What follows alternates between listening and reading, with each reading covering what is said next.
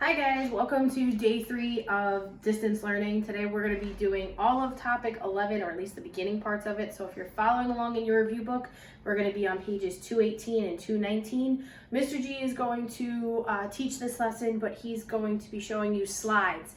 So what you need to make sure you do is you take detailed notes the entire time.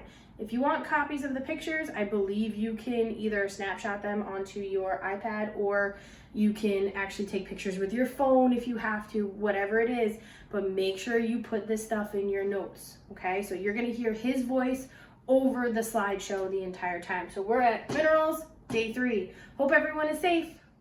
Hey guys, it's Mr. Gonzalez. So today we're going to talk about what a mineral actually is. A mineral is defined as a homogeneous, naturally occurring, solid, inorganic, crystalline substance with a specific chemical composition. I know that's a little bit wordy, but we are going to break down each individual part into its important definitions, and I'm going to give you pictures of each, okay? Okay, so the first part of the definition is this big word, homogeneous. Homogeneous means it's compositionally uniform. What that basically means, simply put, is that everything in it is made of the exact same stuff. It's the exact same stuff in the exact same percentages in the exact same form. So it's not a mix, it's not random, it's not different from thing to thing. It is exactly the same each individual time. So here you see two different things. On the left-hand side, you see a rock. Rocks are made up of a bunch of different minerals. They're not exactly the same all the way through. As you work your way through it, you can see lots of different crystals, lots of different sections, different colors. On the right-hand side, you will see a pile of pure quartz sand.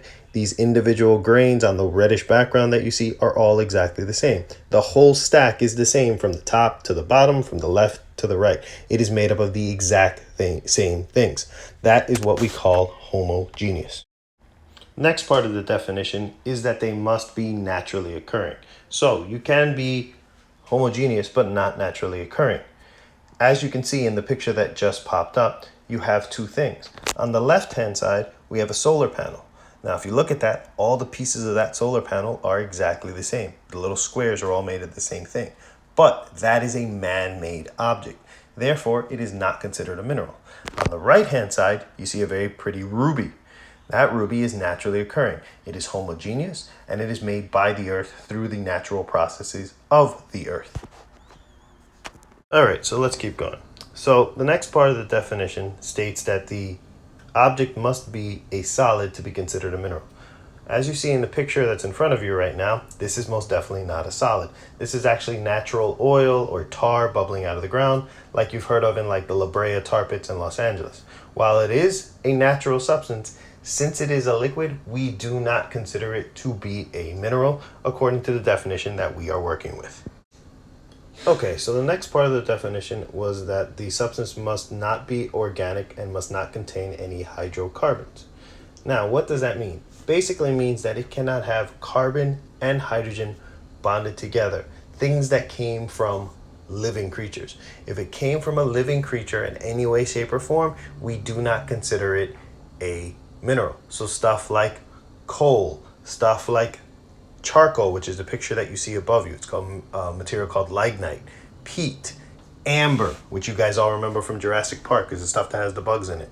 None of that stuff is considered to be a mineral. It is naturally occurring, but it came from an organic creature, a living thing. It has lots of hydrogen and carbon and oxygen bonded together.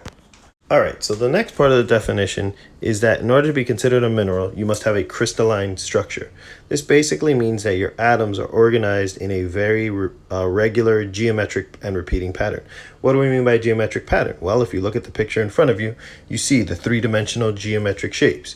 These are going to be pyramids, prisms, rectangular prisms, trapezoidal prisms, things like that. All minerals have very specific structures, and they're always repeating. You can see the actual shapes above you in the picture now.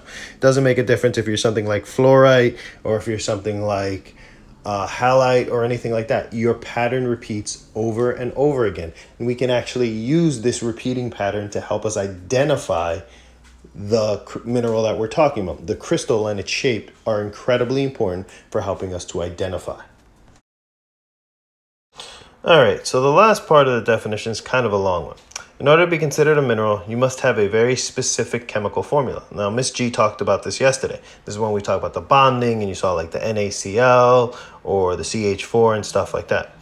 All atoms in the mineral have to have very specific ratios that they exist in. So, for example, if you look at something like quartz, which you can see right above you, quartz has a chemical formula of SiO4. It has silicon and oxygen. You have one silicon atom for every 4 oxygen atoms. Okay? Now, when we talk about minerals, all minerals are going to have a very specific chemical formula. If you look at like page 16 of your reference table, you'll actually see this picture with all the formulas on the next to last column. And it lists all the chemical formulas.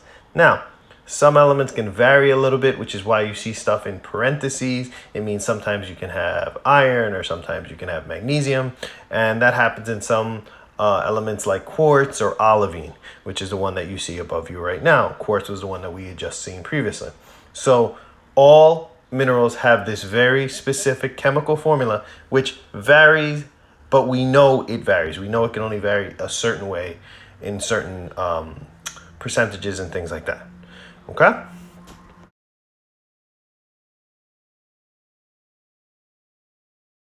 All right, guys, so that completes our first little bit into minerals. I hope this explained the definition for you guys. There'll be a short little homework assignment after this done below. It's due tomorrow, same as everything else. And me and Mrs. G will see you guys later. All right, stay safe, everybody. Bye.